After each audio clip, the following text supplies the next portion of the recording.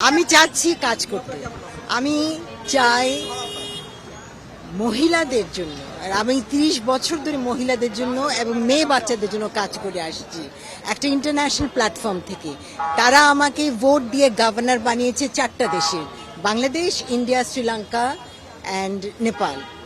তো আমরা মহিলা এবং বাল্যবিবাহের জন্য আমি 2 মিনিট পিচ করেছি ব্রিসবেনে, এবং সেখানে ওরা আমার কথা শুনেছে।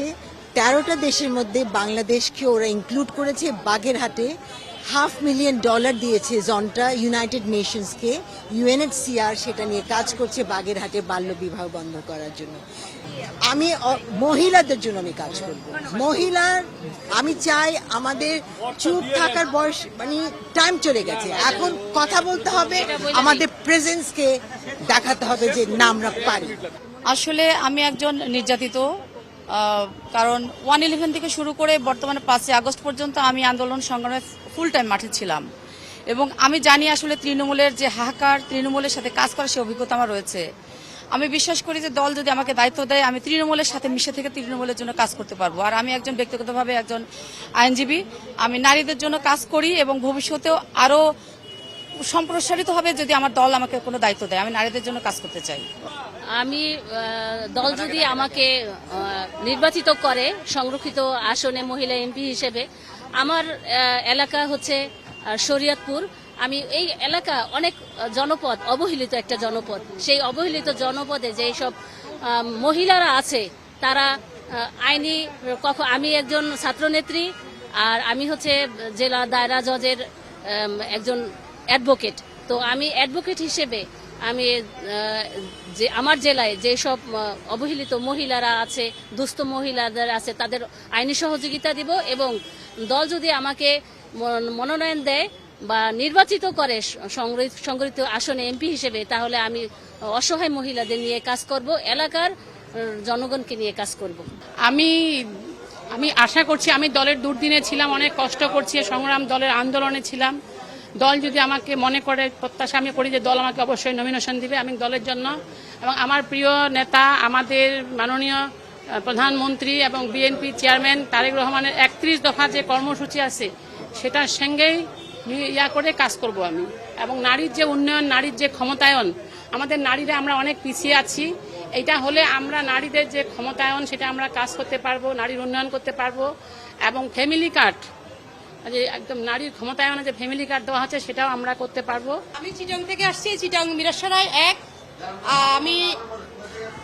আচ্ছা, আমার নাম আরিম পারভিন খন্দকার। আমার বাবা ওবায়দুল্লাহ খন্দকার ছিলেন, 2বার এমপি ছিলেন, একবার জিয়া রহমানের সময়, একবার ম্যাডাম খালেদা জিয়ার সময়।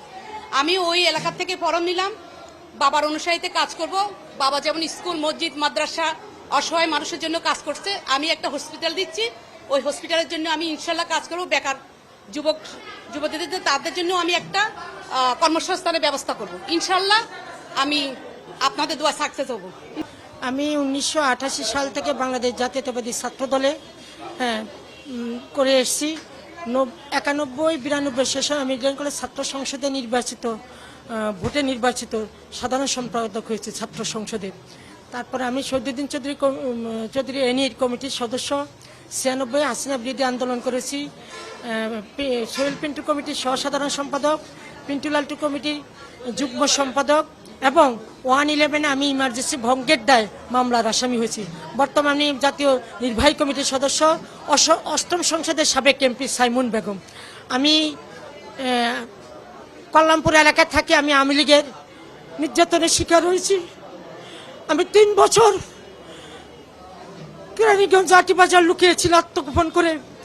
এখনো আওয়ামী লীগের মানুষ আমাকে তাড়া করে যে কোনো সময় গুম করে ফেলবে।